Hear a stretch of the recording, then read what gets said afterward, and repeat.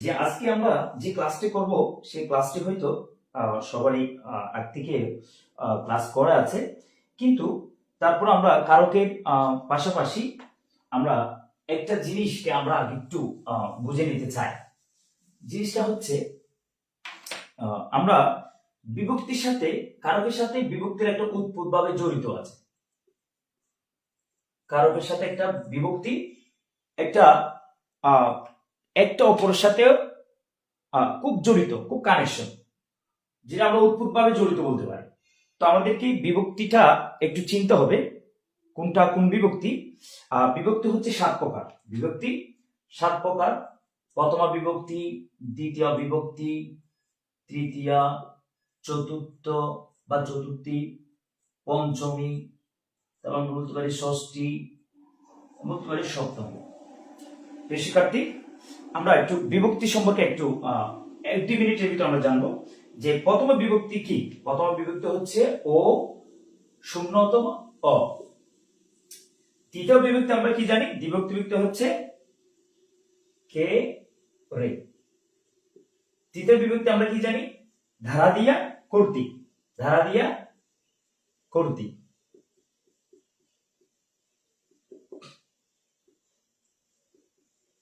ধারা দিয়া কর্তৃক। চতুর্থ বিভক্তি আমরা কি জানি? চতুর্থ বিভক্তি আমরা জানি কে রে। পঞ্চমী বিভক্তি আমরা কি জানি? হইতে থেকে ছে। হইতে থেকে ছে। ষষ্ঠ বিভক্তি জানি র এ। সপ্তমী বিভক্তি আমরা জানি এ য় অন্তস্থ তে। এগুলো হচ্ছে বিভক্তি। বিভক্তি ছিনা উপায়। বিভক্তি ছিনা উপায়। তাহলে আমরা জানি প্রথম বিভক্তি সমান শূন্য অ, দ্বিতীয় বিভক্তি কে রে, তৃতীয় বিভক্তি ধারা দিয়া কর্তৃক, চতুর্থ বিভক্তি কে রে, পঞ্চমী বিভক্তি ও হইতে থেকেছে, ষষ্ঠী বিভক্তি র এ, সপ্তমী বিভক্তি এ তে। এবং আমরা যখন প্রশ্ন সমাধান করব আমরা এই বিভক্তিগুলোর সাথে পরিচিত হব। তাহলে আমরা কথা না বাড়িয়ে আমরা এখন প্রশ্ন সমাধান দিকে আজকে ক্লাসের মূল বিষয়টা নিয়ে আজকে আমরা আলোচনা করব। আসেন, সর্বপ্রথম যে প্রশ্নটা আমরা সমাধান করব সেই প্রশ্নটা আমরা একটি লিখি। পুকুরে মাছ আছে।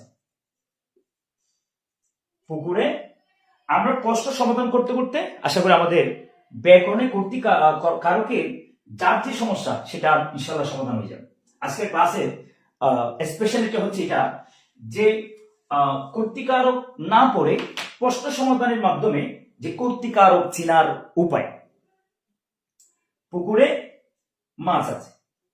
প্রিয় শিক্ষার্থী, আমরা কর্তৃকারক যদি আমি বলা হয় পুকুরে মাছ আছে, এই পুকুরে কোন কারক? কারক 6 প্রকার। কর্তৃকারক, কর্মকারক, করণকারক, সম্প্রদান কারক, অপদান কারক, অধিকরণ কারক। আমি যদি বলি পুকুরে কোন কারক, পুকুরে কোন কারক, আমি যদি এভাবে বলি পুকুরে কোন কারক। আচ্ছা, আমি যদি বলি বনে বাঘ আছে, বনে বাঘ আছে, যদি বলা হয় বনে কোন কারক। আমি যদি বলি আকাশে চাঁদ উঠেছে, আকাশে চাঁদ উঠেছে,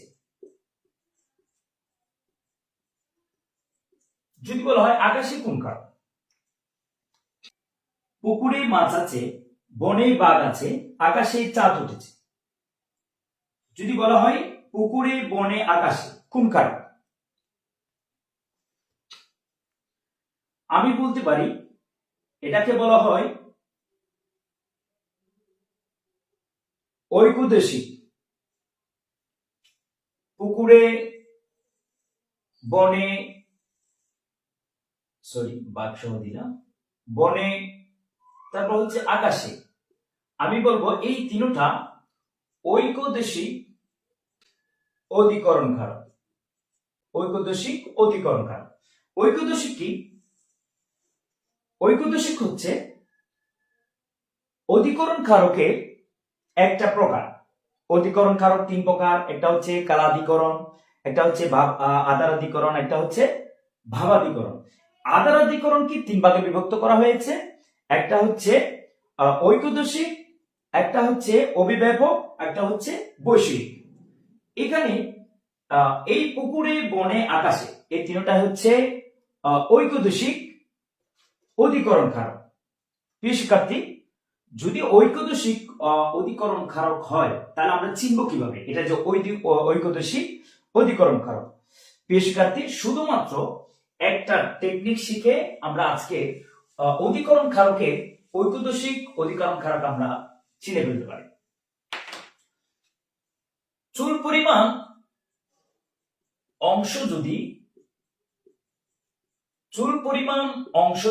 খালি থাকে, চুল পরিমাণ অংশ যদি খালি থাকে তা ঐকদেশিক অধিকরণ কারক।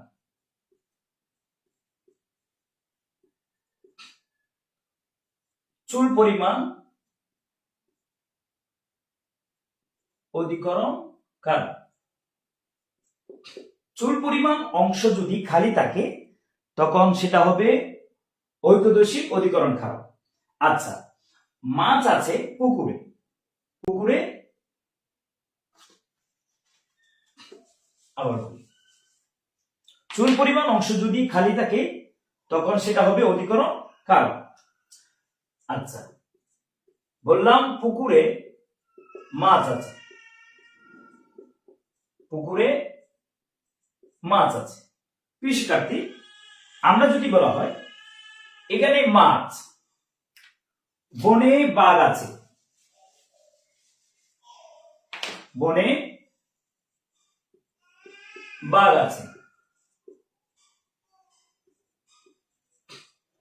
আকাশে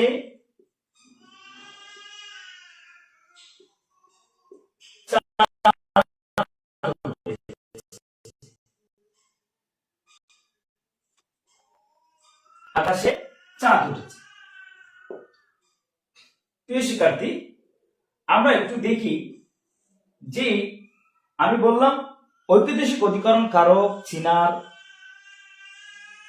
অন্যতম কারণ হচ্ছে চুল পরিমাণ অংশ যদি খালি থাকে। পুকুরে যে মাছ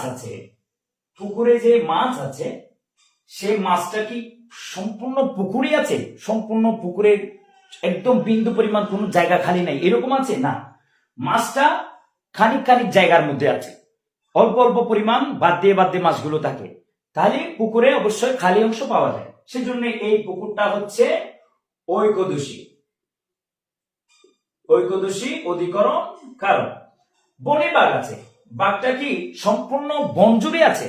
না, বাঘটা হচ্ছে খানিক জায়গায়, কিছু জায়গায় বাঘ বনের মধ্যে থাকে।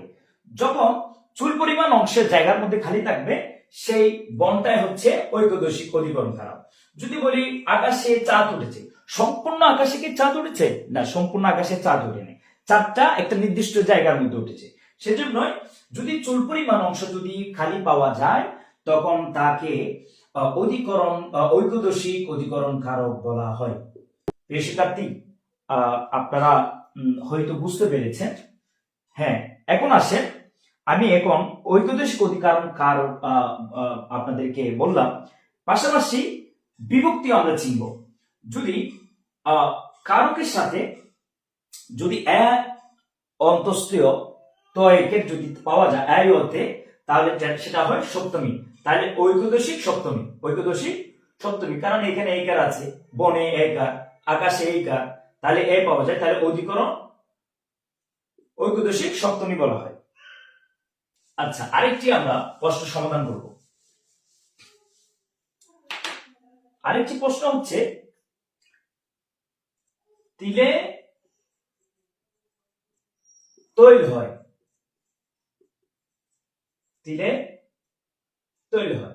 এই প্রশ্নটি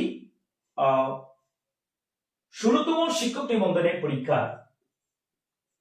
16তম শিক্ষক নিবন্ধন পরীক্ষার মধ্যে এসেছিল। 16তম শিক্ষক নিবন্ধনে এসেছিল এই প্রশ্নটা। স্কুল পর্যায়ে 2,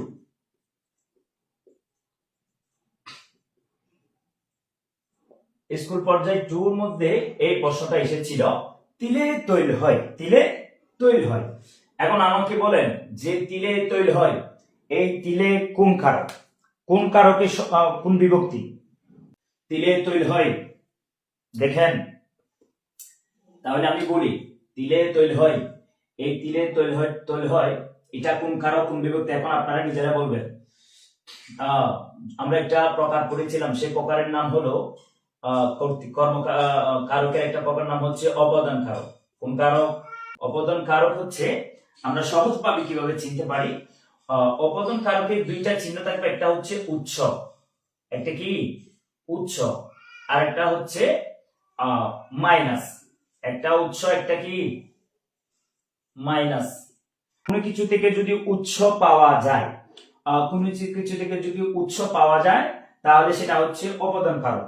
আর যদি আরো একটু সহজভাবে যদি আমরা চিনতে চাই, যদি কোনো কিছু থেকে যদি মাইনাস হয়ে যায় তখন আমরা বলবো সেটা অপদান কারক, সেটা কি অপদান কারক।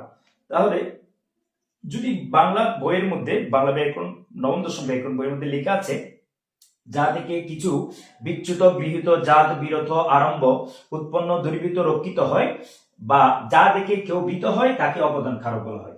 আমরা এত কিছু না বলে আমরা এতটুকু বলবো, যদি উৎস এবং মাইনাস পাওয়া যায় তাহলে আমরা বলবো সেটা অপদান কারক। আসেন কথাগুলো মিলিয়ে দেখি।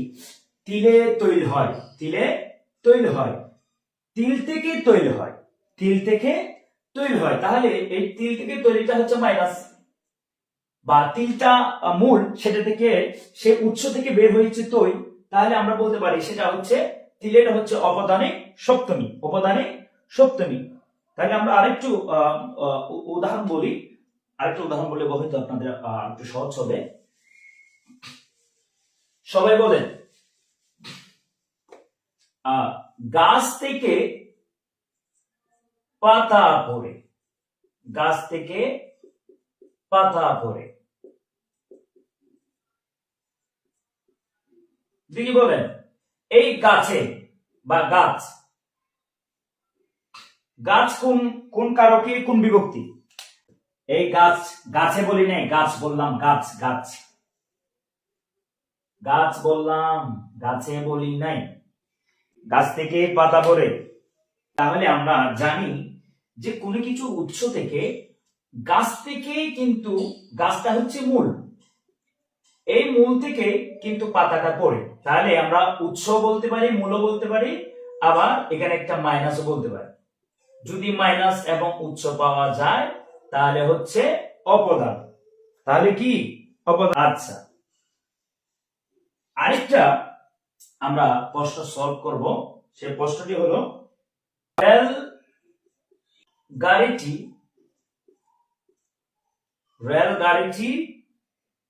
স্টেশন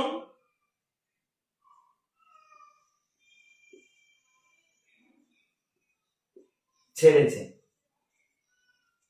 রেলগাড়িটি স্টেশন ছেড়েছে। এই প্রশ্নটি এসেছিল 16তম শিক্ষক নিবন্ধন স্কুল পর্যায়ে 2019-এ, 16তম শিক্ষক নিবন্ধন স্কুল পর্যায়ে 2019-এ। বলেন রেলগাড়িটি কোন কারকে কোন বিভক্তি? আপনারা প্রশ্ন সমাধানের মাধ্যমে আপনাদের অধ্যায়টা পূর্ণতা পাওয়া যাবে। আপনি যদি প্রশ্নগুলো, বিগত সালে প্রশ্নগুলো যদি সমাধান করতে পারেন তাহলে আপনি বুঝতে পারবেন যে আপনার পড়াটা ক্লিয়ার, আপনার যে অধ্যায়টা পড়েছেন, যে কারকটা পড়েছেন, সে কারকটা আপনার কাছে ক্লিয়ার। সেই কারকটি নিয়ে আর পড়তে হবে না, চিন্তিত করতে হবে না, ব্যস্ত হতে হবে না। আপনি সেই কারকটি বাদ দিয়ে অন্যদিকে সময় দিতে পারবেন। প্রশ্ন সমাধানের খুব একটা মজার বিষয় হচ্ছে সেটা, যে আপনি প্রশ্ন সমাধান করতে পারতেছেন, মনে করবেন আপনার পড়া ক্লিয়ার। তাহলে আমরা জানি রেলগাড়িটি স্টেশন ছেড়েছে। আমি রেলগাড়িটি কেন অপদান শূন্য বলছি? অপদানের শূন্য বলার কারণ হচ্ছে বিভক্তি তো আমরা জানি প্রথম, দ্বিতীয় বিভক্তি, তৃতীয়, চতুর্থ, পঞ্চমী, ষষ্ঠী, সপ্তমী এগুলো কোনো কিছু পাওয়া যাচ্ছে না, সেজন্য শূন্যটাই হচ্ছে আমরা বিভক্তি শূন্য বললাম। রেলগাড়িটি স্টেশন ছেড়েছে, রেলগাড়িটি স্টেশন ছেড়ে দিয়েছে, স্টেশনে থেকে মাইনাস হয়ে গিয়েছে। স্টেশনটা হচ্ছে উৎস, রেলগাড়িটি কিন্তু স্টেশন থেকে কি হয়েছে? মাইনাস হয়ে গিয়েছে।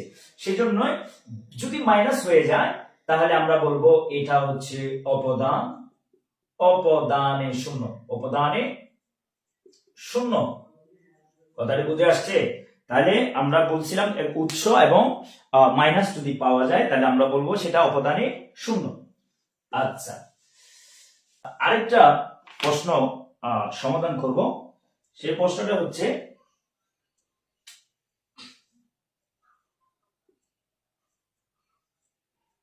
কিলিপান, কিলিপান এর ভিতরে, কিলিপানের ভিতর দিয়ে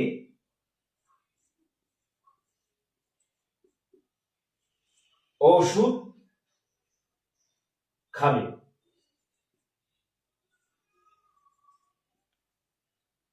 কিলিপান ভিতর দিয়ে ওষুধ খাবে, কিলিপান ভিতর দিয়ে ওষুধ খাবে। এখন আমাকে বলেন এই কিলিপানটা কোন কারকে কোন বিভক্তি? সবাই বলেন। আচ্ছা, এই প্রশ্নটি কখন এসেছিল? এই প্রশ্নটি 2016তম নিবন্ধন, এটা এসেছিল 15তম নিবন্ধন 2019 স্কুল পর্যায়ে 2। হ্যাঁ, আমরা স্থান, আধার, পাত্র এবং আমরা কোথায়, কিভাবে, কখন, আমরা কোথায়, কিভাবে, কখন দিয়ে যদি ক্রিয়াকে প্রশ্ন করা হয় তাহলে আমরা যে উত্তর পাওয়া যাবে সেটাকে অধিকরণ কারক বলা হয়, অধিকরণ কারক বলা হয়। আচ্ছা, এখানে খাওয়া, ওষুধটা খাওয়া, খাওয়াটা হচ্ছে ক্রিয়া। কিভাবে যদি আমি প্রশ্ন করি কিভাবে খাবে, দেখি বলেন তো কিভাবে খাবে? কিলিপানের ভিতর দিয়ে, কিভাবে খাবে? কিলিপানের ভিতর দিয়ে। আমরা কিভাবে, কোথায়, কখন দিয়ে ক্রিয়াকে প্রশ্ন করে যে উত্তর পাবো সেটাকে তো আমরা অধিকরণ কারক বলি। কেমন? যদি আমরা বলি কিভাবে, কিভাবে খাবো, কিলিপানের ভিতর দিয়ে খাবো, কিলিপানের ভিতর দিয়ে খাবো, তাহলে কি আমরা কি সেটাকে অধিকরণ কারক বলতে পারি না? অধিকরণ বলতে পারি না? বলেন। অনেকে বলছে এটা যন্ত্র, এটা করণ কারক। করণ কারক তো যন্ত্র, যন্ত্র, সহায়ক, এগুলাকে করণ কারক বলা হয়। কিসের দ্বারা কি প্রশ্ন করলে সেটাকে করণ কারক বলা হয়। এটা তো বাবা একটা যন্ত্র না, এটা হচ্ছে একটা মাধ্যম। কিলিপানের ভিতর দিয়ে যে যে ওষুধ খাওয়া যায়, কিভাবে দিয়ে যদি আমরা ক্রিয়াকে প্রশ্ন করি তাহলে আমরা যে উত্তর পাবো সেটাকে আমরা অধিকরণ কারক বলা হয়, অধিকরণ কারক বলা হয়। বুঝছেন? আচ্ছা, আজকে আরেকটি গুরুত্বপূর্ণ আমি প্রশ্ন দিব আপনাকে।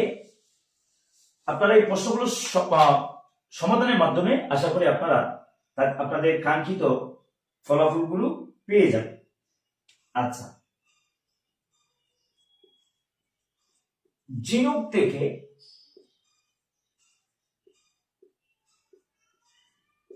মুক্তা মেলে, ঝিনুক থেকে মুক্তা মেলে। বলেন ঝিনুক কোন কারকে কোন বিভক্তি? এই প্রশ্নটা এসেছিল প্রাথমিক সহকারী শিক্ষক চতুর্থ দাবি, প্রাথমিক সহকারী শিক্ষক পরীক্ষায় চতুর্থ দাবি 2019 সালে চতুর্থ দাব। অপদানে পঞ্চমী, অপদানে পঞ্চমী, অপদানে পঞ্চমী। আমি তো বললাম হতে দেখেছে, এগুলো তো বিভক্তি, পঞ্চমী বিভক্তি। আর কোনো কিছু থেকে উৎস এবং মাইনাস পাওয়া যায়, উৎস এবং মাইনাস যদি পাওয়া যায় তাহলে আমরা সরাসরি বলবো কি, আমরা বলবো সেটার নাম হচ্ছে অবদান। সেগুলো কি? অবদান। তো আপনি কি জানেন না যে জিনুক থেকে মুক্তা, জিনুক থেকে মুক্তা, তাহলে আমি বুঝতে পারতেছি এখানে একটা মাইনাস, জিনুক থেকে মুক্তা মিলে, তাহলে জিনুক থেকে তো মুক্তা মিলে গিয়েছে, একটা মাইনাস। আর জিনুকটা হচ্ছে উৎস, উৎস থেকে কি হলো? মুক্তাটা হলো।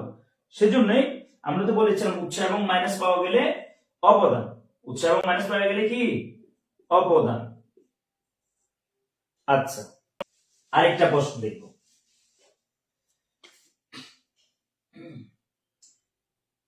এই প্রশ্নটা, ইট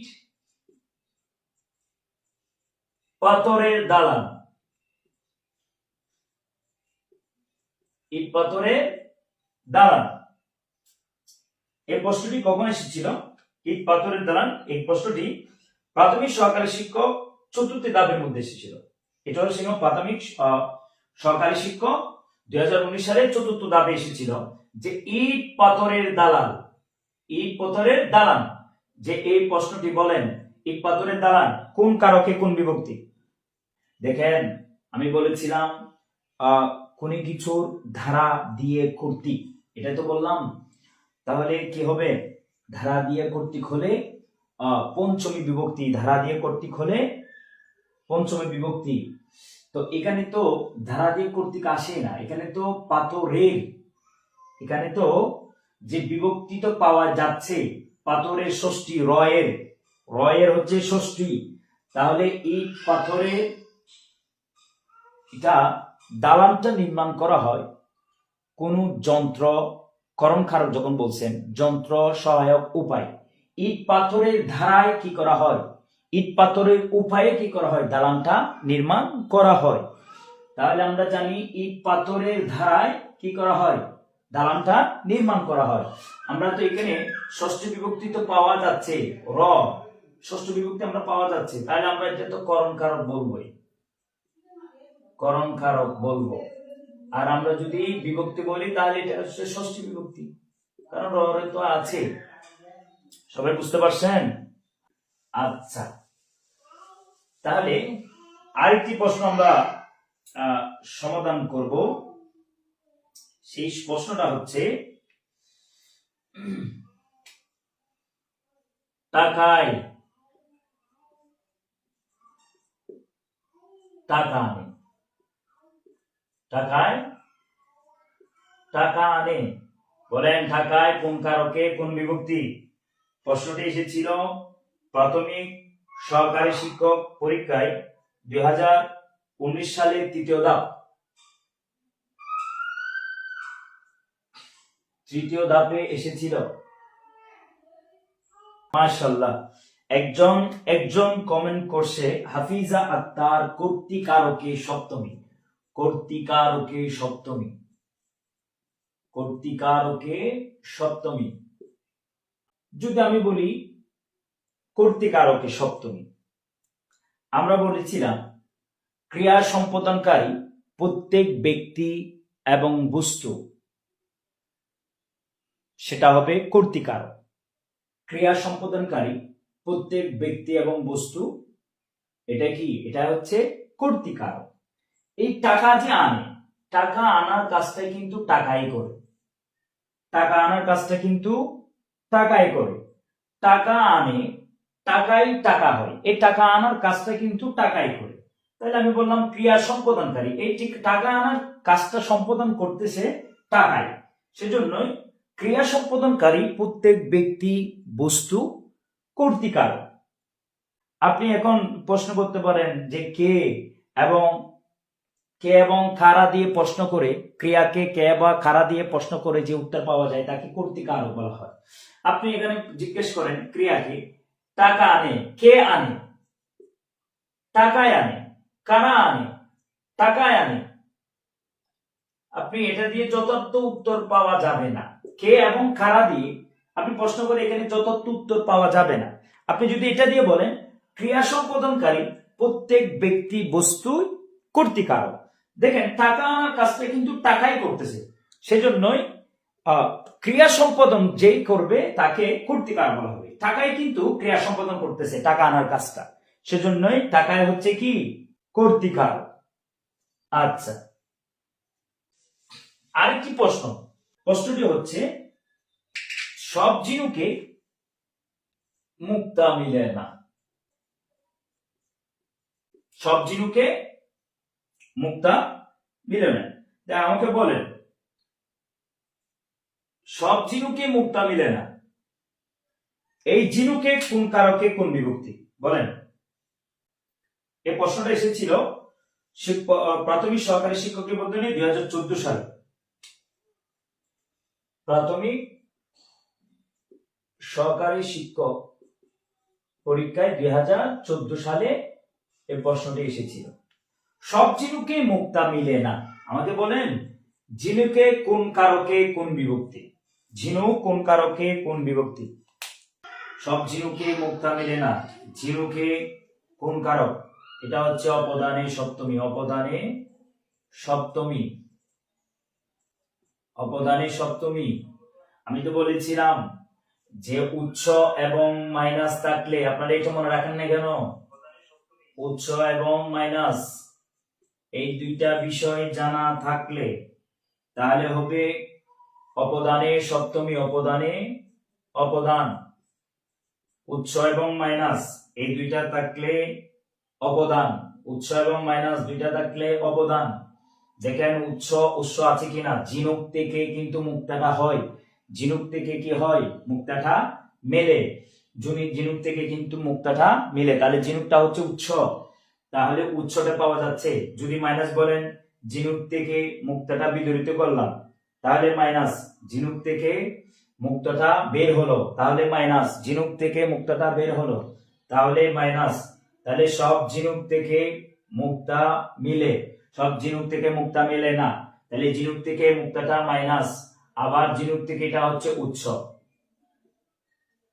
তাহলে আমি বললাম উৎস এবং যদি মাইনাস পাওয়া যায় তাহলে সেটা হবে অপদান কারক। উৎস এবং মাইনাস পাওয়া গেলে সেটা কি হবে? অপদান কারক। বুঝে আসছে সবার?